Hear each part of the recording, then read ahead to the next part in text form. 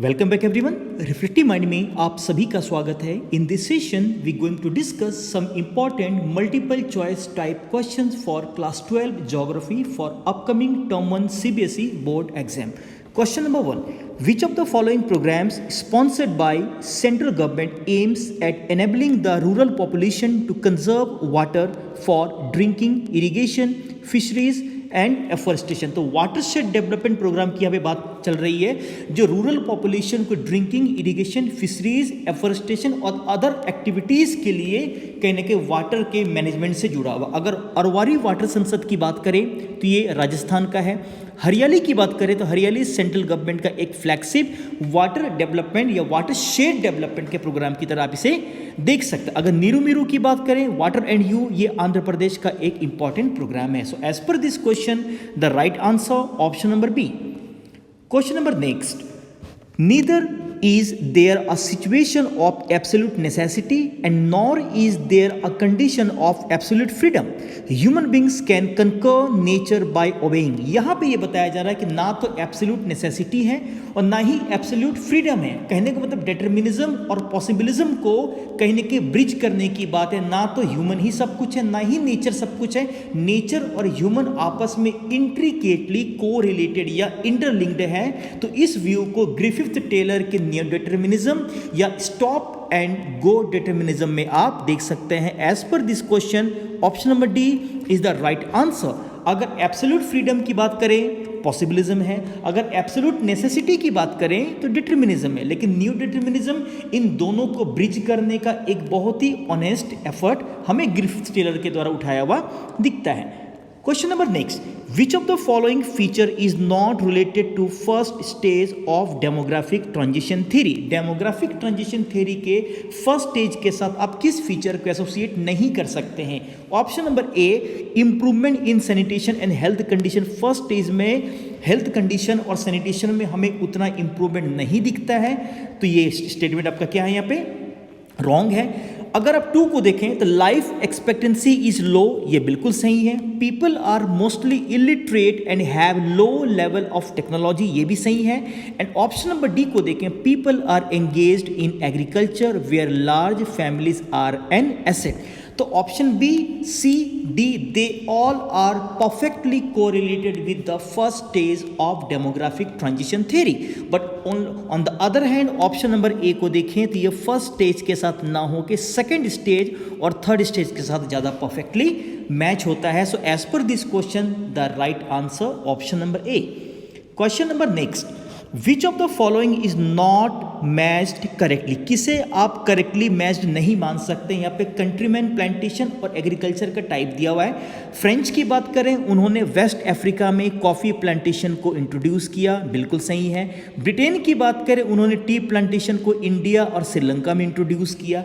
अगर जापानीज़ की बात करें तो कोकोनट प्लांटेशन को श्रीलंका में जापानीज़ के द्वारा इंट्रोड्यूस नहीं किया गया। श्रीलंका कभी भी अगर आप देखें तो वो जापान के कॉलोनियल रूल में नहीं रहा था।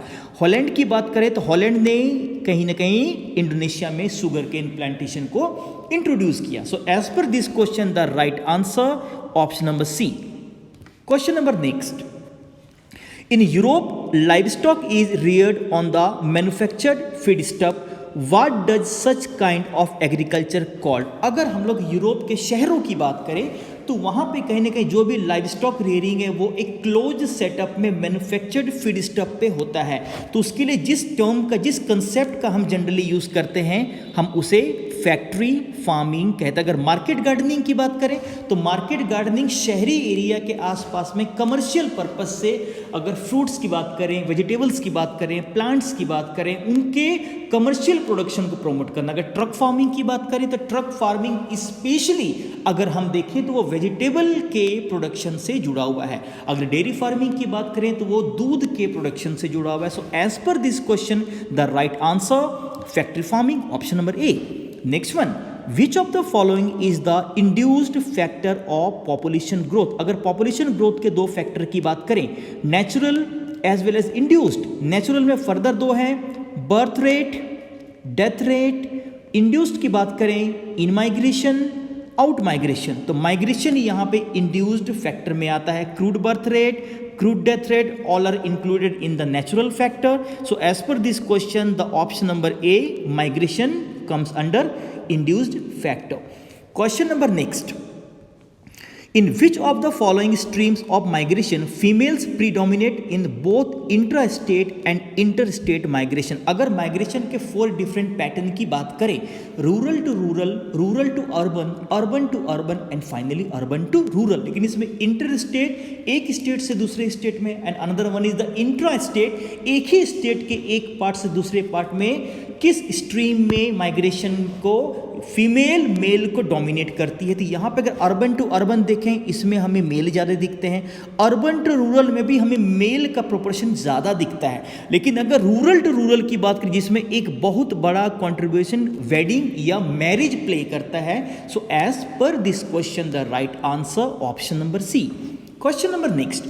Which of the following states had the largest number of net out migrants? किस स्टेट से सबसे ह्यूज अमाउंट में आउट माइग्रेशन होता है या नेट आउट माइग्रेंट्स दिखता है? अगर उत्तर प्रदेश की बात करें, उत्तर प्रदेश इंडिया का सबसे मोस्ट पॉपुलस स्टेट है. UP and Bihar and UP and West Bengal, A और बी दोनों क्लोज ऑप्शन है. लेकिन अगर आप देखें तो वेस्ट बंगाल और बिहार से हमें सबसे ह्यूज अमाउंट में हमें आउट माइग्रेशन या नेट आउट माइग्रेंट्स की संख्या दिखने को मिलती है. So as per this question the right answer option number B. Question number next. Which of the following cities comes in the category of modern cities? किसे आप modern city की कैटेगरी में रख सकते हो या किसका डेवलपमेंट जनरली ब्रिटिशर्स के आने के बाद या उनके रिजाइम में हमें होता हुआ दिखता है? अगर हैदराबाद की बात करें, हैदराबाद हमें एक मिडेवल सिटी दिखता है. मदुरई की बात करें, मीनाक्षी टेम्पल की बात करें, जिनका डेवलपमेंट हमें एंशिएंट इंडिया में होता हुआ ज़्यादा दिखता है. जयपुर की बात करें तो जयपुर में भी हमें जयपुर का डेवलपमेंट भी हमें मिडेवल फेज में ज़्यादा होता हुआ दिखता है. और अगर सूरत की बात करें, जो गुजरात का एक कोस्टल सिटी है और वेस्ट कोस्टल प्लेन में होने के कारण कॉलोनियल पीरियड में सूरत का हमें बहुत ज़्यादा डेवलपमेंट होता हुआ दिखता है. So as per this question modern city की कैटेगरी में Surat is the right answer. Question number next. Which of the following sectors utilize most of the surface and ground water? Surface water और ground water के most utilization की बात करें या most consuming sector की बात करें, उसमें सबसे most important sector हमारा agriculture. Option number A is the right answer. Question number next.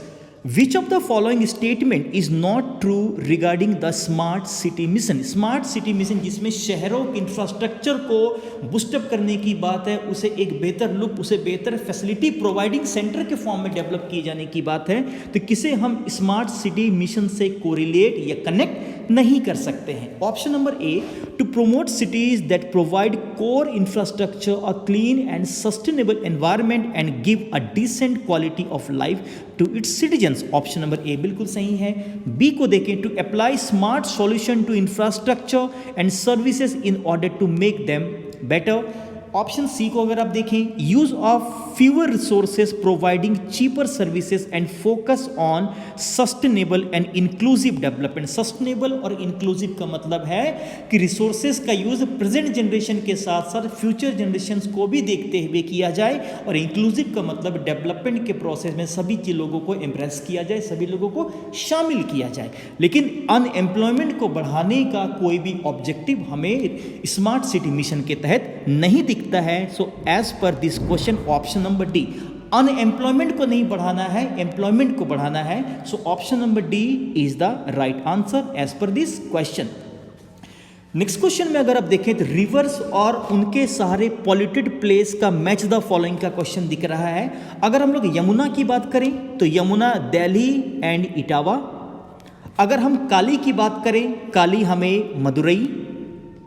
अगर हम गोमती की बात करें, गोमती लखनऊ. अगर हम साबरमती की बात करें, अहमदाबाद. अगर हम गंगा की बात करें, कानपुर एंड वाराणसी. और अगर हम लोग मूसी की बात करें, हैदराबाद. तो 6 का 1, देन गंगा का 2, देन 4 साबरमती की बात करें, Ahmedabad. So as per this question the right answer option A. Question number next. Which of the following pair is not correctly matched. एक और इंडस्ट्रियल रीजन दिया गया, दूसरे और उसे हाई डेंसिटी रीजन के फॉर्म में प्रोमोट करने वाले फैक्टर्स। अगर जापान के कोबे ओसाका रीजन की बात करें तो वहाँ पे इंडस्ट्रियल बेल्ट ने वहाँ पे हाई पॉपुलेशन डेंसिटी को प्रोमोट किया है। मेडिटेरेनियन रीजन का सबसे बेहतर कारण उसका प्लेजेंट या उसके सूदिंग क्लाइमेट का होना है। अगर गंगा प्लेन की बात करें तो गंगा प्लेन में fertile alluvial soil availability of water और एग्रीकल्चरल एक्टिविटी का वहाँ पे डेंसली पॉपुलेशन के होने का कारण है rather than the scenic beauty का। So as per this question option number C is not appropriately matched. Question number next. Consider the following points regarding the growing population in developing world and choose the correct option from the given option. Birth rate is extremely high as compared to death rate. Birth rate के comparison में या death rate के comparison में birth rate हमें यहाँ पे high दिखता है, एक बिल्कुल सही है। Need for children to go out and work to bring income for the family, option number 2 भी सही दिख रहा है। Lack of availability and knowledge of contraception and family planning. तो इंडिया जैसे कंट्री में हमें मोस्ट ऑफ द इस प्रकार की चीज़ें पहले थी, अभी थोड़ा सा ये डेवलप हुआ है। So as per this option and question अगर आप देखें तो 1, 2, 3 are the right option. Option number C is the right answer. Question number next, which statement is true about the change in population? Population में change 3 component के कारण होता है, birth rate, then death rate and then migration. Increase of population causes depletion of resources, बिल्कुल सही है, गांधी जी भी यही कहते हैं। Population declines causes under development of resources. Resources और पॉपुलेशन का एक प्रॉपर बैलेंस होना चाहिए। हमें अब्राहम, अगर हम लोग इसकी बात करें, अगर थ्योरी की बात करें, इकोनॉमिक्स के थ्योरी की भी हम लोग बात करें तो वहाँ पे हमें कहीं ना कहीं ये होता हुआ दिखता है। अगर ऑप्शन 3 को देखें या स्टेटमेंट 3 को देखें, the resources that had supported earlier are now insufficient to maintain the population. Population और रिसोर्सेज का प्रॉपर बैलेंस होना चाहिए यहाँ पे। तो इसके अकॉर्डिंग अगर आप देखें तो 1, 2, 3 all the statements are correct. Option C is the right answer as per this question.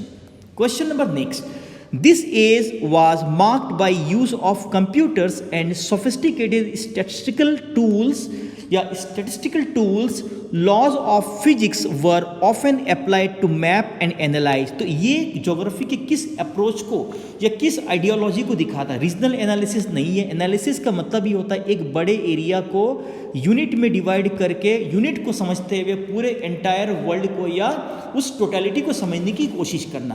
Quantitative revolution का मतलब होता है एक प्रकार का मेजरमेंट, एक प्रकार का क्वांटिफिकेशन कंप्यूटर का यूज करके या एडवांस स्टैटिस्टिकल टेक्नोलॉजी का यूज करके। So as per this question the right answer option number B. अगर अदर ऑप्शंस को देखें तो एरियल डिफरेंशिएशन का मतलब होता है each and every area is unique in its physical feature as well as the human feature. Spatial organisation का मतलब होता है कि स्पेस पे, अर्थ के सरफेस पे जो भी उसके कंपोनेंट इधर फिजिकल इधर ह्यूमन किस प्रकार से वेल ऑर्गेनाइज्ड हैं। So as per this question the right answer option number B.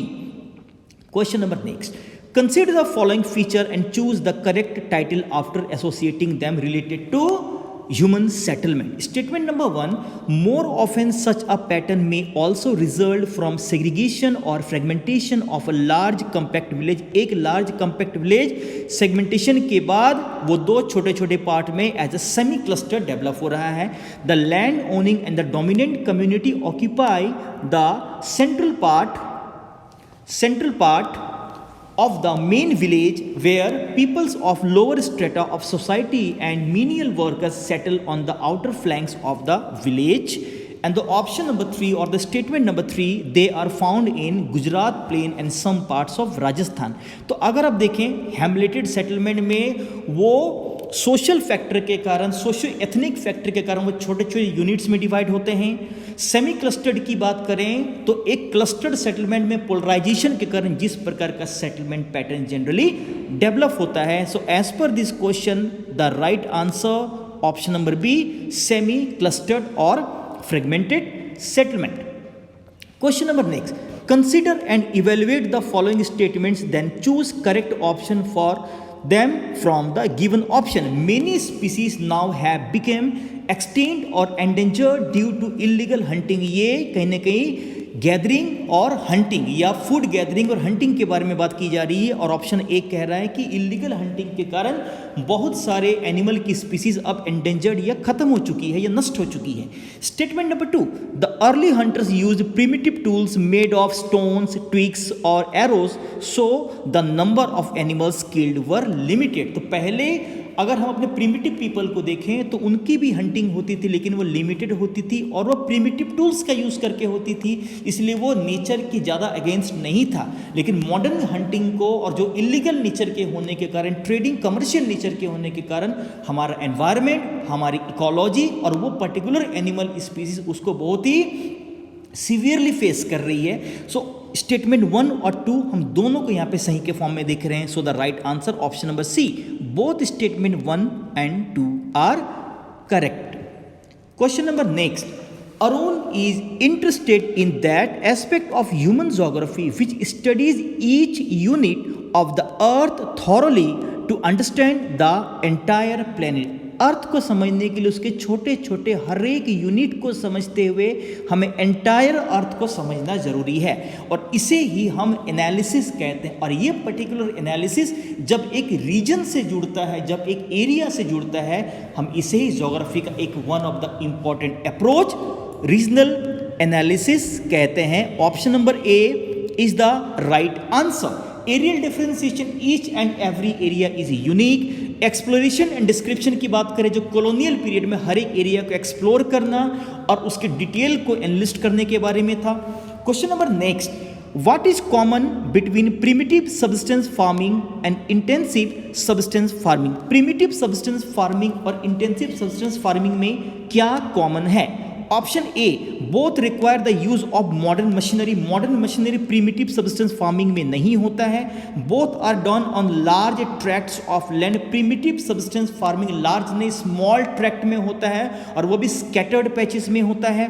सी को देखिए, both require large amounts of credit. नहीं, इंटेंसिव सब्सटेंस में होता, बट प्रीमिटिव सब्सटेंस में क्रेडिट नहीं होता लार्ज अमाउंट का, बहुत ही लो अमाउंट का बोल सकते हो सकता है। Both are labour intensive. Labour intensive intensive subsistence ज़्यादा होता है as compare to primitive subsistence. तो option number D is the right answer as per this question. Question number next, which of the following approaches to human development consider the provisions of health, education, food, water, supply, sanitation and housing? इसे human के 6 basic needs वाली approach कहा गया है, जो international labour organisation के द्वारा develop किया गया है। So the right answer basic need approach, option number D. Question number next, which of the following growth indicators was used to measure development during the early years? अगर late 80s में early 90s में from 2 south Asian economics हक साहब and Amartya Sen साहब ने human development को radicalise किया और उसे ह्यूमन के सेंटर में लाया, लेकिन उसके पहले इंडस्ट्रियल इकोनॉमिक अप्रोच को फॉलो ज़्यादा किया जाता था। So as per this question the right answer option number C. Question number next, which one of the following statement is not true of geography? यहाँ पे नॉट ट्रू नहीं, यहाँ पे नॉट फॉल्स होना चाहिए। अगर ऑप्शंस को देखें, नॉट फॉल्स मीन्स गलत नहीं है। Geography includes the study of only physical feature, no, human feature भी होगा। Events that take place in outer space can not be study geographical. Outer space में जो भी घटनाएं होती हैं हम जनरली उसे ज्योग्राफी में इंक्लूड नहीं करते हैं, अदर डिसिप्लिन में उसे इंक्लूड किया जाता है। So as per this question option number B is not false और ट्रू। रेस्ट ऑप्शन को देखें, geography is relevant only in places that are technologically undeveloped. Technologically undeveloped और technologically developed both are the specific areas of geography. अगर option D को देखें, geography only includes the theory of environmental determinism, नहीं, geography includes theory of environmental determinism, possibilism as well as new determinism, and they all are comes under human nature और nature human interaction. Question number next, which of the following examples describe environmental determinism? किसे आप environmental determinism basically a type of nature human interaction. 3 types, determinism और environmental determinism, possibilism and new determinism. तो option number A को देखें, Eskimos make igloos with ice, वहां पे icy environment है, wintry environment है, कोल्ड है।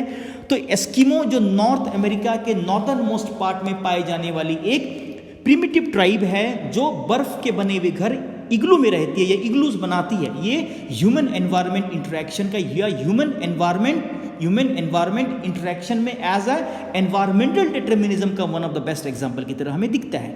ऑप्शन बी को देखें तो metro cities have buildings of steel and cement, ये पॉसिबिलिज्म है। अगर सी को देखें, cactus and other hardy plants grow in the desert, ये भी डिटर्मिनिज्म है, लेकिन यहाँ पे ह्यूमन इंटरफेरेंस नहीं होने के कारण हम इसे नेचर ह्यूमन इंटरेक्शन के तहत डिटर्मिनिज्म की कैटेगरी में परफेक्टली फिट नहीं कर सकते हैं।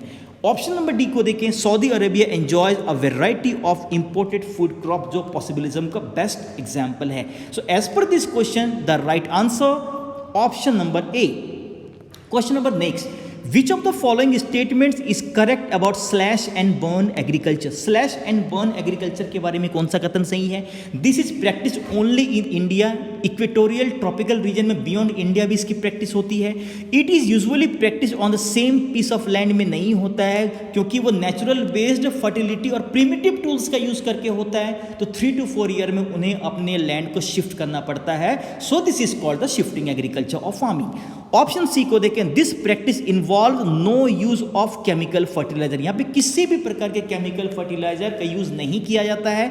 Option number C is the right answer as per this question. और डी को देखें, crops produced by this practice are usually exported नहीं होता है, वो सेल्फ कंजम्पशन के लिए या सब्सटेंस पर्पज से ज्यादा होता है।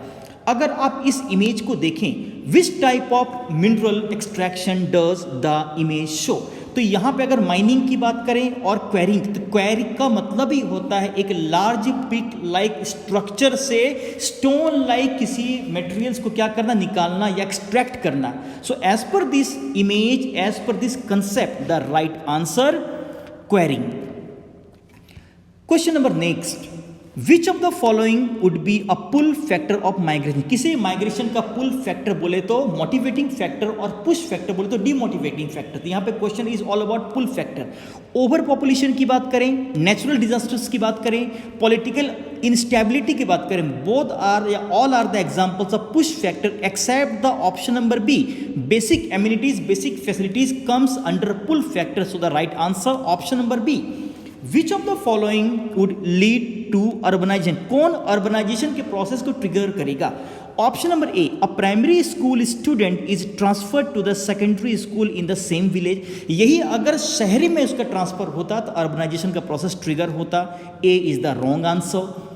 ऑप्शन नंबर बी को देखें, a shoe maker from a town visits a neighbouring city daily to sell his products, अगर वो अपने प्रोडक्ट्स को सेल करने के लिए बगल वाले शहर में जाता है लेकिन वहां पे रहता नहीं है, दोबारा वापस आ जाता है, तो अर्बनाइजेशन उससे उतना ज़्यादा इन्फ्लुएंस नहीं होगा। सी को देखें, a village farmer visits a city bank for a loan to buy fertilizer and seeds, वो अपने विलेज में अपने एग्रीकल्चर के रिक्वायरमेंट को फुलफिल करने के लिए शहर कर बस विजिट कर रहा है, वहाँ पे किसी प्रकार का सेटलमेंट उसके द्वारा नहीं हो रहा है। एंड ऑप्शन नंबर डी को अगर आप देखें, a teacher of a school in a village settles in a city, तो सेटलमेंट के कारण अर्बन एरिया धीरे धीरे करके ग्रो करेगा, बढ़ेगा, फैसिलिटीज बढ़ेंगी, लोग आएंगे और उसके कारण अर्बनाइजेशन का प्रोसेस भी ट्रिगर होगा।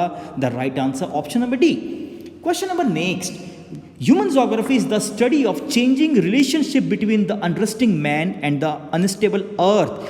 Who among the following said the given statement? अगर रिडजल की बात करें तो रिडजल के डेफिनेशन में हमें सिंथेसाइजिंग दिखता है नेचर के बीच में और ह्यूमन के बीच में, लेकिन अगर आप सैंपल के डेफिनेशन में देखें तो वहाँ पे एक प्रकार का डायनेमिज्म दिखता है कि ह्यूमन नेचर के अकॉर्डिंग अपने आप को चेंज करता है, जैसा नेचर भी अपने आप को चेंज करता है, ह्यूमन एक्टिविटीज भी अपने आप को उसी के अकॉर्डिंग चेंज करती है। So as per this statement and the concept, the right answer option number C, Ellen sample.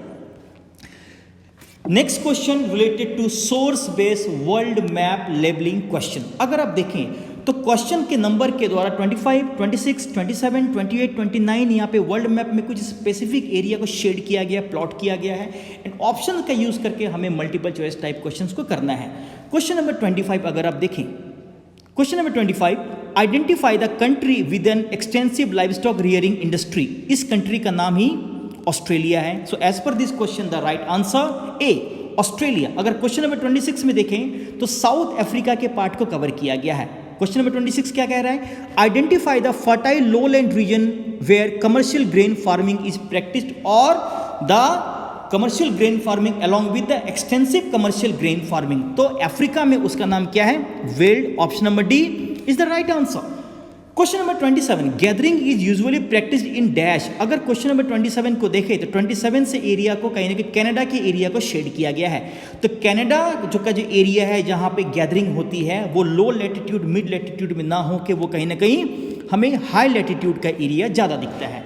Question number 28 identify a primitive subsistence activity which relies heavily on animals for food, clothing and shelter। अगर question number 28 को देखें तो 28 में हमें inner Siberia के area को shade किया हुआ है। तो यहाँ पे किस रियरिंग एक्टिविटी के द्वारा फूड, क्लॉथिंग, शेल्टर नामक हमें पर्पसेस फुलफिल होते हुए दिखते हैं। So the right answer nomadic herding, option number A. Question number next, the cyclic migration in search for pastures carried out in the marked region। अगर 29 number को देखें तो 29 नंबर में जहाँ पे हमें कहीं ना कहीं एक साइक्लिक माइग्रेशन या नोमैडिक हर्डिंग का साइक्लिक समर में कहीं ना कहीं वैली से माउंटेन की ओर और विंटर में माउंटेन से वैली की ओर होता हुआ दिखता है। So the right answer is transhumance, basically a type of nomadic herding cyclically. Question number next, ये भी एक सोर्स बेस्ड क्वेश्चन है और यहाँ पे आपको एक लाइन ग्राफ दिख रहा है जिसमें कुछ ईयर 1700, 1800, 1900, 2000 दिख रहा है और यहाँ पे पता चला कि ग्लोबल पॉपुलेशन डबल किस टाइम से किस टाइम के बीच में हुआ। 1804 टू 1927 को अगर आप देखें तो 1800 से 1927 में 1 बिलियन से 2 बिलियन हमें डबल होता हुआ दिखता है। ऑप्शन नंबर ए कंसिडरेबल है। अदर को देखें 1927 एंड 1960, 27 से अगर आप 60 में देखें तो कहीं ना कहीं 2 बिलियन से 3 बिलियन है, डबल नहीं है। 74 टू 87 में अगर आप देखें तो यहाँ पे भी नहीं दिखता है। So as per this question the right answer option number A. Question number next, certain countries in sub-Saharan Africa such as Burkina Faso, Chad, Niger and Mali have reported stalling in their demographic transition here in some data। कुछ African countries का आपको data दिख रहा है और फिर यहाँ पे पूछा जा रहा है what are the reason.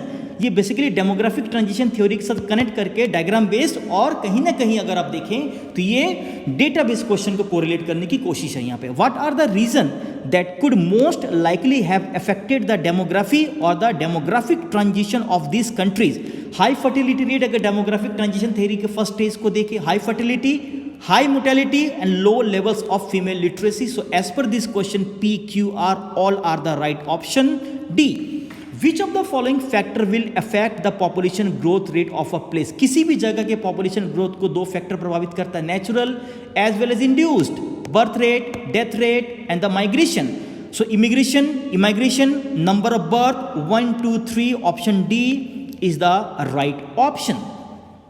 question number next, cooperative farming is when member farmers farm jointly, continue to be the owner of their land individually, distribute profits based on the ratio of the land they own, distribute wages according to the number of days they work. तो इससे किन का फायदा हुआ है? तो cooperative farming से सबसे ज़्यादा बेनिफिट, ये सबसे बेनिफिटेड कौन सी कम्युनिटी है? Small business owner, landless labourers and the right answer not trader, not A not B and the C small land owner, जिनके पास रिसोर्सेज सारे नहीं है इसलिए वो अपने रिसोर्सेज को एक जगह पूल करते हैं, एक कोऑपरेटिव यूनियन बनाते हैं और अपने तरीके से हर एक प्रोडक्शन को as per their contribution, as per their production वो क्या करते हैं? मैनेज करते हैं। Option C is the right answer. Question number next, Sami made a list of what shifting cultivation is called in various countries but made a mistake। तो India में इसे झूमिंग कहते हैं, सेंट्रल अमेरिका में इसे मिल्पा कहते हैं, चूंकि मैक्सिको भी उसी सेंट्रल अमेरिका को रिप्रेजेंट करता था वहां पे भी इसका नाम मिल्पा है rather than ladang Indonesia and Malaysia. So option 3 is a mistake. Right answer C. Why do we need to use our resources carefully? क्यों हमें अपने resources को carefully use करना चाहिए? Because our needs are increasing, because all resources are not unlimited. कुछ जो exhaustible होते हैं, जो नॉन रिन्यूएबल होते हैं, उनके नियर फ्यूचर में खत्म हो जाने का डर है। Because the human population is increasing rapidly. And the fourth one, because we need to make these resources last for use by future generation for sustainable development purposes. So as per this question, the right answer option number D, 1 2 3 4. Question number next, again graph based question. This graph shows global population growth over time. X on the graph represents a time period during which certain historical events contributed to a sudden growth in a global population. 1700 से 1800 के साल में ऐसा क्या कुछ historical change हुआ जिसने world के पॉपुलेशन को बहुत ज़्यादा ट्रिगर किया? द अर्ली डोमेस्टिकेशन नहीं होगा, मंगोल इन्वेजन इसके पहले दिखता है, Europe first contacted with China and India इसके पहले हमें दिखता है। And the right answer, the industrial revolution in Europe, option number D is the right answer. Question number next, which of the following is an indicator of urbanization in rural areas? Rural areas में आप किसी urbanization का एक indication या indicator मानेंगे? A new classroom for the school building, नया classroom ही बन रहा है तो किसी प्रकार की नॉन एग्रीकल्चरल एक्टिविटी वहाँ पे प्रोमोट नहीं हो रही है। Increase use of mobile phones, वो ग्रामीण एरिया के लोग भी मोबाइल फ़ोन यूज़ कर सकते हैं। फ्रीक्वेंट ट्री प्लांटेशन ड्राइव, इसके कारण हमारा एनवायरनमेंट का कंजर्वेशन होगा। लेकिन अगर मार्केट एरिया ग्रो करता है, नॉन एग्रीकल्चरल एक्टिविटी वहाँ पे बढ़ती है, सर्विसिंग का एरिया होता है, सेकेंडरी एक्टिविटीज़ होती है, कई प्रकार के मार्केटिंग सेंटर्स वहाँ पे ग्रो होते हैं, तो वो नॉन प्राइमरी सेंटर्स के फॉर्म में धीरे धीरे करके डेवलप होता जाएगा, जो अर्बनाइजेशन की सबसे पहली शर्त नॉन एग्रीकल्चरल एक्टिविटी के फॉर्म में है। So the right answer option number D. Next one, how does livestock farming cause global warming? Livestock farming के कारण कैसे ग्लोबल वार्मिंग हो सकता है? Heavy use of synthetic fertilizer, ये फार्मिंग पूछ रहा है लेकिन लाइवस्टॉक है, याद रखिएगा, सीरियल्स का नहीं है। Oxygen consumption by livestock, oxygen consumption के कारण नहीं, कहीं ना कहीं उनके चबाने के कारण जो उनके मुंह से जो मीथेन निकलता है उस कारण से वहाँ पे ग्लोबल वार्मिंग हो सकता है। बिकॉज CH4 और मीथेन एक very very important green house gas है। डिकम्पोजिशन ऑफ लाइवस्टॉक मेन्योर, अगर हम देखें गोबर गैस की बात करें तो गोबर गैस के डिकम्पोजिशन से भी कहीं ना कहीं मीथेन गैस रिलीज होती है, और उस गोबर गैस का कंपोजिशन ही अगर आप देखें तो 75% कहीं ना कहीं और 25% कार्बन डाइऑक्साइड और मीथेन का हमें कंट्रीब्यूशन दिखता है। Methane production due to rice cultivation अगर हो, ये भी आंसर सही है, लेकिन यहाँ पर लाइवस्टॉक फार्मिंग दे रहा है तो decomposition of livestock manure, the right answer option number C. Question number next, which of the following is the primary objective of cooperative farming society? cooperative farmers का या cooperative unions का सबसे primary objective क्या है? To ensure profits to producer और to provide products to consumer at cheaper rates। अगर A और B को देखें दोनों अपनी जगह सही है, लेकिन हम सिर्फ एक साथ इसलिए इकट्ठा नहीं होते हैं कि हमारे पास रिसोर्सेस कम है, बल्कि कहीं ना कहीं हमारा ऑब्जेक्टिव प्रोडक्शन को भी ट्रिगर करना और उससे जनरेट प्रॉफिट को भी कमाना होता है। लेकिन कहीं ना कहीं कंज्यूमर को चीपर प्राइसेस पे कहीं ना कहीं प्रोडक्ट्स भी प्रोवाइड कराना हमारा ऑब्जेक्टिव है। So as per this question the more meaningful answer as per my perception option number B, to provide products to consumer at cheaper prices, option number B.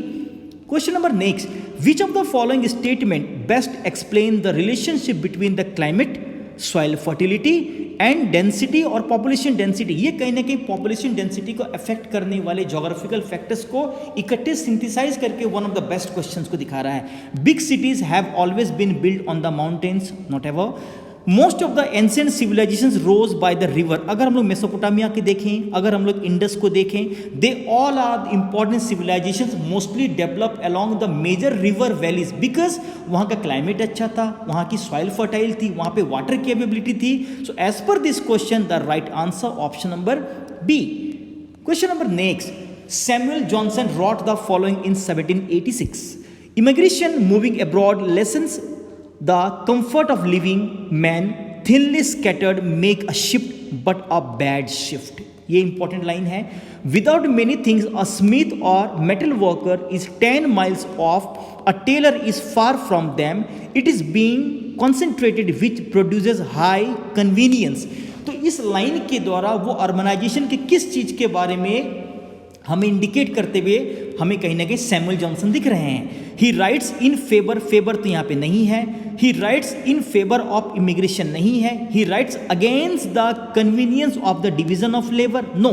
Option number D को देखें, he writes again the newcomers who want to settle in the country. तो वो कहीं ना कहीं वो immigration के process को वो बंद करने की बात कर रहे हैं, वहाँ पे फैसिलिटी उतनी नहीं है। तो मेरे ख्याल से as per this question may be the right answer option D.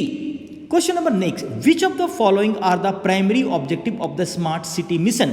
Basic infrastructure, hygienic and the sustainable environment, give a good quality of life to its citizens. So the right answer 1, 2 and 3, option number D. Question number next again related with the demographic transition theory. अगर हम देखें, identify the characteristics of an economy in stage 2। Stage 2 की बात करें तो birth rate वहां पे high है और डेथ रेट वहां पे कहीं ना कहीं कम हो रहा है। ऑप्शन ए को देखें, low standards of living, very low life expectancy, stage 1 के बारे में है। बी को देखें, population growth slow down, increasing number of old people, lesser number of children per family. Option B को कुछ देर तक कंसीडर कर सकते हैं। सी को देखें, rapid population growth, more young children than old people, society begins to value female literacy. Second stage को हम लोग पॉपुलेशन एक्सप्लोजिव का फेज कहते हैं। So as per this question the right answer option number C. Question number next, which of the following occurs the first stage of demographic transition theory? के first stage में हमें क्या होता हुआ दिखता है? हाई फर्टिलिटी एंड मोर्टेलिटी बिल्कुल सही है। स्प्रेड ऑफ एजुकेशन जनरली नहीं होता है। नेक्स्ट ऑप्शन को देखें, इंफ्रास्ट्रक्चर डेवलपमेंट नहीं है। Rapid transition from agrarian to industrial economy, ये डेमोग्राफिक ट्रांजिशन थ्योरी के बारे में from stage 1 to 3। So the right answer high fertility and mortality, option number A. Question number next, which of the following is the reason for the high fertility rate in the first stage of demographic transition? में high fertility rate का कारण क्या है? Increase in migration, lack of awareness of family planning, improved health facilities नहीं है, technologically advanced नहीं है। As per this question, the option B. How many stages does the demographic transition model have? 5 stages भी है, लेकिन अगर आप NCERT class 12 के फर्स्ट बुक को कंसिडर करें, the right answer option number B. अब यहां पे एक आपको सोर्स बेस यहां पे डेटा दिया गया है, region, population, land area, density, world share in percentage. इसके आधार पे कुछ क्वेश्चंस को फ्रेम किया गया है, उसे समझना है अच्छे से, इसको डेटा को फिर आंसर करना है। According to the table, which of the following countries has more favourable factor leading to population expansion? कहां पे पॉपुलेशन एक्सपेंशन की ज्यादा गुंजाइश है?